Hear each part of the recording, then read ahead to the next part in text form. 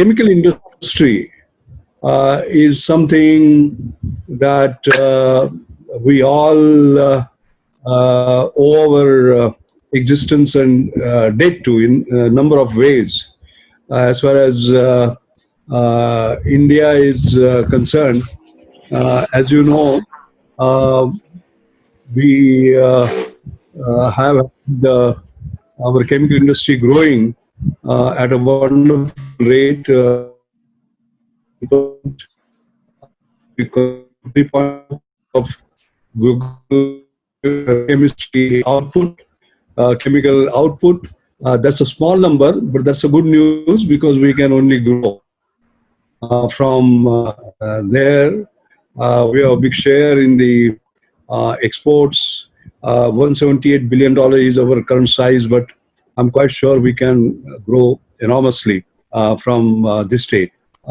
What I want that you have chosen to taking up the profession of chemical engineering.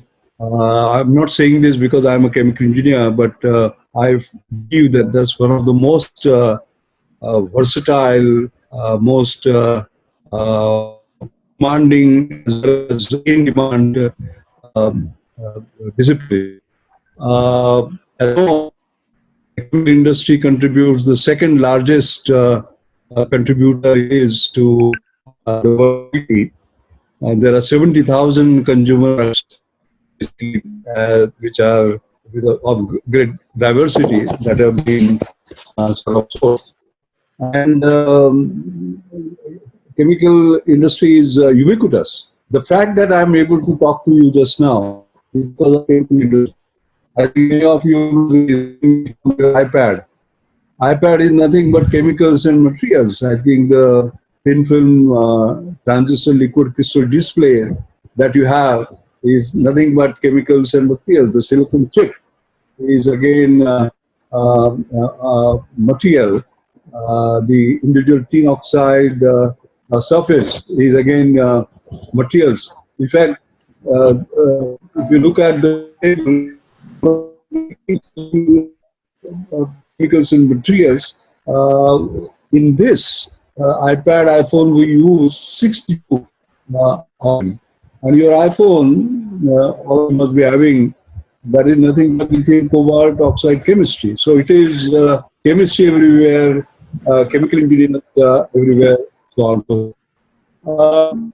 You can see the chemical industry has been the savior as far as any eventuality like the current pandemic concerned. In the current pandemic, what happened? Who is actually saving us? It is the chemical industry. When you talk about the personal protection equipment, for example, whether it is to do with masks, whether it is to do with the other wear that you have, whether it is the disinfectants, whether it is the plastic parts of the ventilators, whether it is the drugs, the vaccines, etc. It's all the chemical world. So the whole world looks at the chemicals as a kind of sort of savior. I think the main part about India now is what our Prime Minister has said. He wants us to be Atmanirbhar Bharat, right? Atmanirbhar means self-reliant.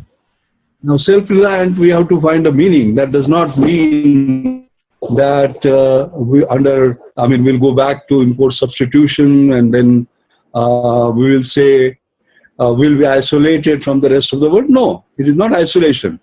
It is integration. We will not put domestic barriers, but we'll integrate with the total global supply chain. And that's extremely important. But at the same time, the Prime Minister doesn't want us to depend upon others. For example, you have seen now the current mood in the country with respect to China, for example, and you have this big challenge. Can everybody other than me mute, please, so that we can have better? Please mute everybody who is there. Yeah, so we've muted everyone except the student conveyors. Wait, we'll mute them also. So it'll be better. Yeah, because there is a complaint on the chat that there is some noise. So it is better Okay, okay. that, yeah, Just a second. yeah. Done, so. Right. Very good. So, I think the big challenge before us is going to be we are dependent on China for so many things. All right. For example, in drugs and pharmaceuticals, we are the greatest producers of generic drugs. But for those generic drugs, the APIs that we have, the active pharmaceutical ingredients, 80% of them we were importing from China. At a point in time, we were actually making it ourselves, like IDPL and so on, but we closed them down because China imports were closed. Now, the government is rushing in and saying, we want to put X thousand crores and let us make that API ourselves because otherwise we will not be able to our drugs and pharma industry will be hit. So chemical industry is going to be even more important now than it was ever before. The big challenge that we are going to have is like API. Once we are hit because China stopped exporting when they had the COVID problem, we woke up and said, now let us do that. So I would call it reactive. Now we have to move it and become proactive. In advance, we have to anticipate things. For example, we are talking about electric vehicles. Now, these electric vehicles will run on what? Batteries. What are those batteries? Lithium-ion batteries. There is a lithium cobalt chemistry. Who owns lithium? It is the China of this world, and they have picked up all the mines from around the world. Cobalt is actually coming from Congo, which is a very volatile country. And therefore, we can't suddenly say, oh my God, now we don't get a supply and everything comes to. So in advance, now we have to prepare. As chemical engineers, it will be your responsibility. So what are the alternatives? The alternative is using hydrogen, okay? And then using fuel cells based on hydrogen. Then you would say, oh my God, in fuel cell, do we have a technology? We have. When I was the Director General of CSIR, we created a new Millennium Indian Technology Leadership Initiative. And Dr. Ashish Lele was formerly at National Chemical Laboratory and is now with Reliance. He's a fantastic chemical engineering scientist. He has created now fuel cells which are even better than the best in the world in terms of performance. Okay, so we have the technology. Now, looking at hydrogen, for example, we are completely capable of making our country reliant, self-reliant in terms of hydrogen. In fact, Mr. Mukesh Ambani, who has been in the news, as you saw recently, because what he has been able to do, raise uh, I mean, hundreds of thousands of crores in this pandemic is incredible. And today he has declared himself as net debt free. So he had this big vision of making the cheapest hydrogen and the largest quantity of hydrogen in the country. You can have hydrogen being created in a decentralized way, basically based on biomass. There are technologies that are available. There are alternative technologies. Why lithium? Why not sodium? Why not magnesium, zinc? Sodium work is being done in KPIT technologies. Zinc magnesium is being done by Godrej, basically. So we have that capacity, and I think we have to be the sort of responsible chemical engineers to protect our future based on the current shocks that we have. One of the major things that is going to come up is with regard to environment. As you know, as soon as you say chemicals, you feel it is dangerous. And yes, it has been dangerous. What is the worst chemical disaster in the world ever? That was the Bhopal disaster. What happened there?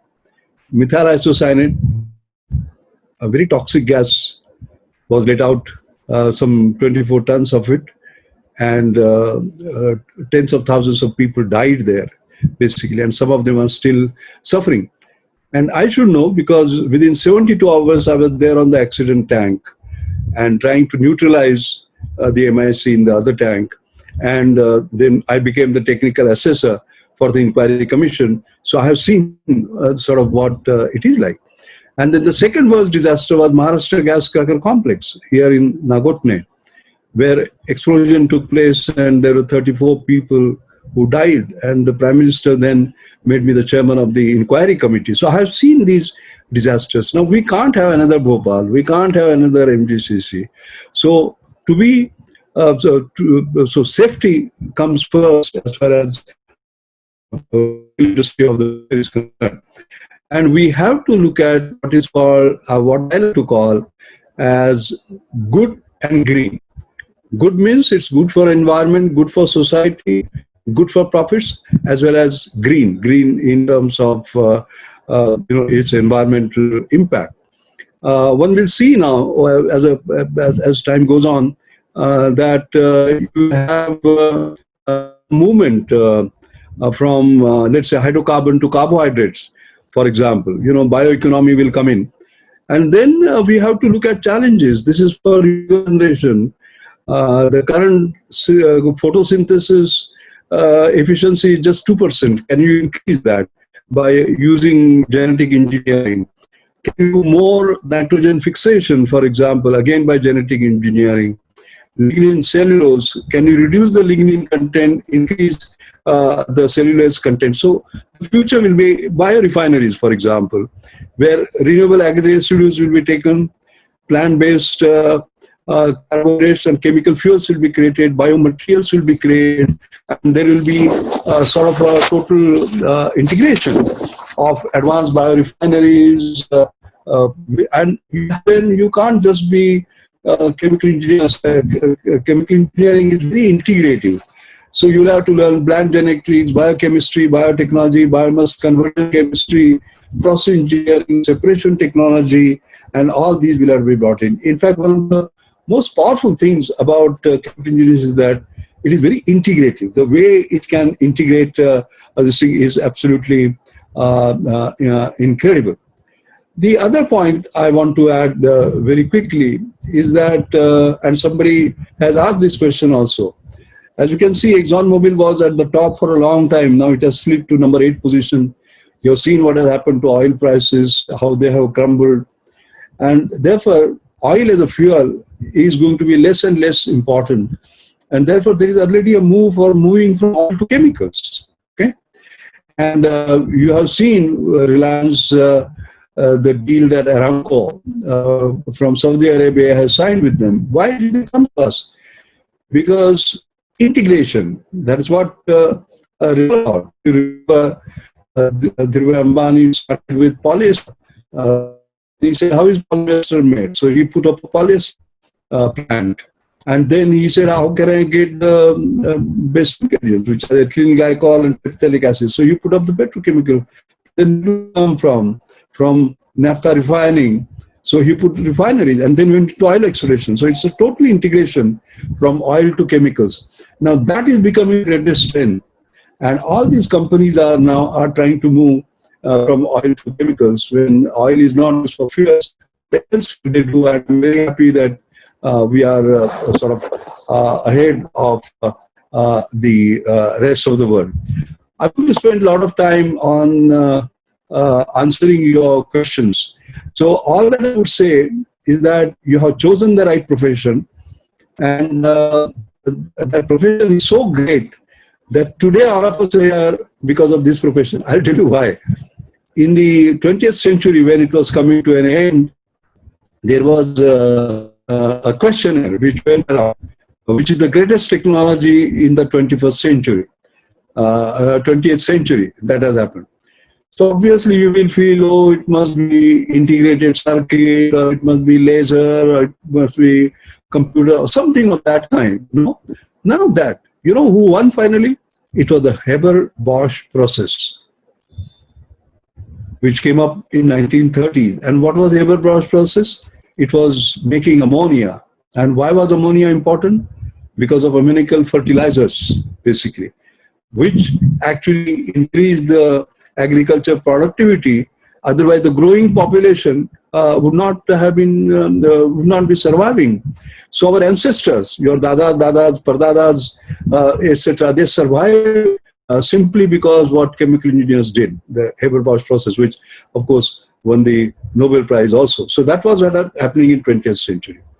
In the 21st century, the challenges are different, and they have to do with climate change. It's going to be disastrous, as you can see quite clearly, the way carbon dioxide accumulation is taking place to restrict it to that 1.5 to 2 degrees centigrade is going to be very, very challenging. And therefore, we require breakthroughs of a very different kind, like water splitting to create hydrogen, or doing sort of other things by which we have a very cheap, very affordable, very abundant sort of renewable resource. And who else will do it?